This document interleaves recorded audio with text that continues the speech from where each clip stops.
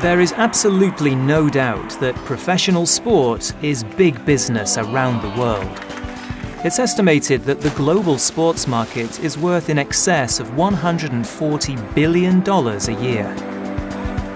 While football, or soccer, is still the dominant sport in Europe, Africa and Latin America, cricket dominates the Indian subcontinent, and American football, baseball and basketball lead the North American sports market. But no matter what the sport and where it's being played, the financial rewards of elite-level sport cannot be underestimated. Sports team coffers are filled with income from ticket sales or gate revenues. Ticket prices vary wildly from country to country and sport to sport, but can be astonishing. The cheapest match-day ticket to see Chelsea Football Club play in the English Premier League, the wealthiest football league in the world, costs £50 or around $80. Huge sums of money are generated from television and media rights, with millions of fans watching live coverage of matches and tournaments from their homes around the world, and increasingly on the move on their smartphones too. Merchandising is vital to the teams as well, with fans eager to snap up the latest kit to show their team loyalty. And many teams' logos now appearing on ever more diverse items. But it's reported that the single biggest financial contribution to global sports revenue is made by sponsorship. Payments made by companies to have their brand name associated with successful sports teams and tournaments. And there aren't just corporate riches on offer.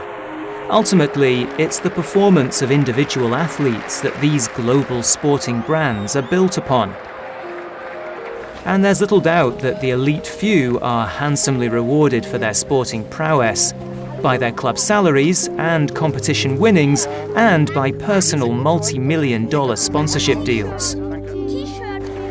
So the allure of such a lucrative, albeit often short-lived, professional sporting career is obvious. These days, it would be fair to assume that as much as any young athlete may strive for the glory of playing for their favourite team, or the honour of representing their country, they're also driven by the potential financial rewards on offer. And more than ever, raw talent and innate ability alone are not going to get you into the echelon of the elite athletes. It requires starting young, training relentlessly, having a dedicated team behind you, and most importantly of all, it now takes science to make it to the top of sport. As world-beating teams like British Cycling know, victory today is all about marginal gains. The team breaks down the sport into its tiniest individual elements, from the design of the helmets to the type of pillow the athletes sleep on and how they wash their hands. Then, using science to help them, they find ways to improve each and every element by just 1%. The resulting combined improvement in performance can mean the difference between the silver and gold medals. And when your team wins 7 out of a possible 10 Olympic gold medals in your sport, like the British cycling track team did in 2012, you know it's a system that works.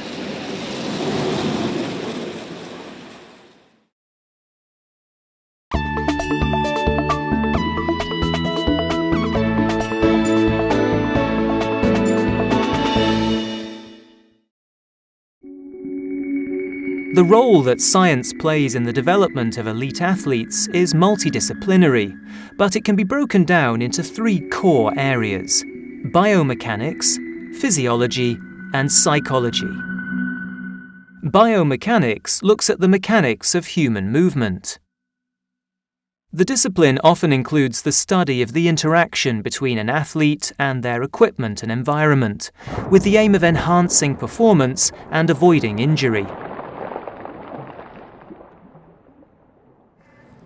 The design of sporting equipment is constantly evolving, and sometimes changes to their kit, whether it be footwear, rackets or clubs, can make or break an athlete. Physiology, the study of how exercise changes the function and structure of the body, is one of the most obvious ways that science is integrated into the sporting development of athletes. Scientific methods and technology are used to assess and monitor how athletes' bodies respond to training, both physically and chemically. This data enables coaches to evaluate an athlete's potential and allows specific training programs to be developed to ensure optimal performance is achieved.